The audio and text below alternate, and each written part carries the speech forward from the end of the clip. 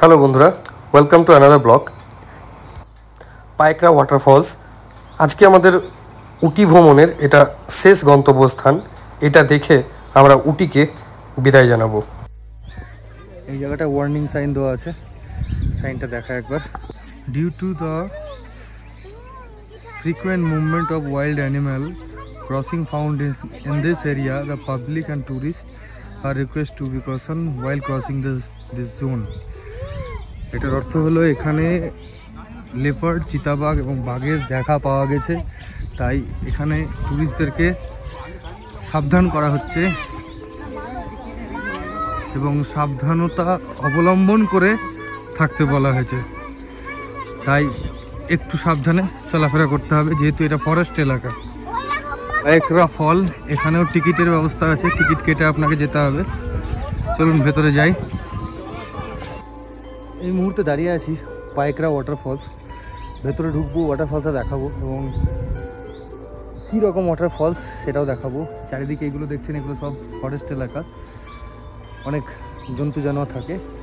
তো চলুন ticket counter দিয়ে কেটে ভেতরে ঢুকি এবং আপনাদেরকে দেখাই কি কি আছে। তামিলনাড়ু ফরেস্ট, এটা পুরোপুরি ফরেস্ট এরিয়া, এগুলো পুরো ফরেস্ট। এই যে আশেপাশে দেখছেন এই জায়গাগুলো, এটা পুরোপুরি ফরেস্ট এরিয়া, তামিলনাড়ু ফরেস্ট। আর সেই জন্য এখানে ওয়ার্নিং সাইন দেওয়া আছে যে এখানে টাইগার এবং লেপার্ড, চিতাবাঘ যেটাকে বলছে, এগুলো দেখা গেছে। তাই এখানে ক্রস করে চিতাবাঘ, টাইগার, তাই এখানে একটু টুরিস্ট থেকে সাবধানতা অবলম্বন করতে বলা হয়েছে। আর এই ওয়াটারফলটা চলুন দেখে আসি, অনেকটাই নিচে যেতে হবে।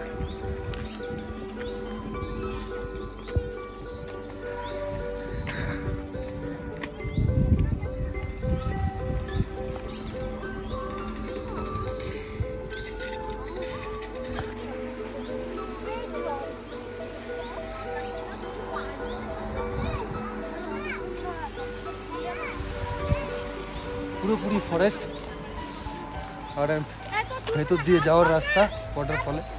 সামান্য ওয়াটারফল, খুব একটা যে আহামরি ওয়াটারফল তা না।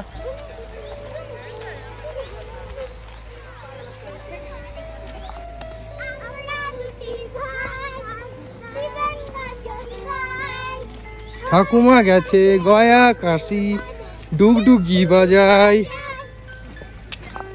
এই হচ্ছে সেই ওয়াটারফল, এটা দেখার জন্য এত কষ্ট করে আসা।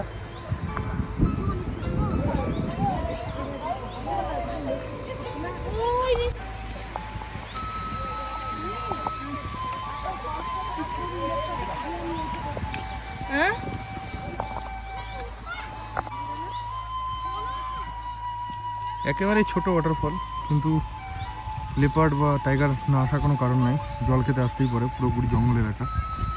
চলুন এগাই এবার নেক্সট গন্তব্যে।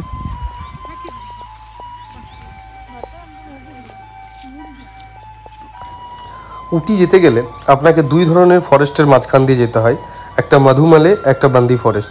তো যেহেতু ফরেস্টের মধ্যে দিয়ে আমরা যাই, তারপরে উটি পৌঁছাই, তো এটা একটা স্বাভাবিক জিনিস যে এখানে পশু পাখি থাকতেই পারে, তাই সাবধানতা অবলম্বন করে চলুন।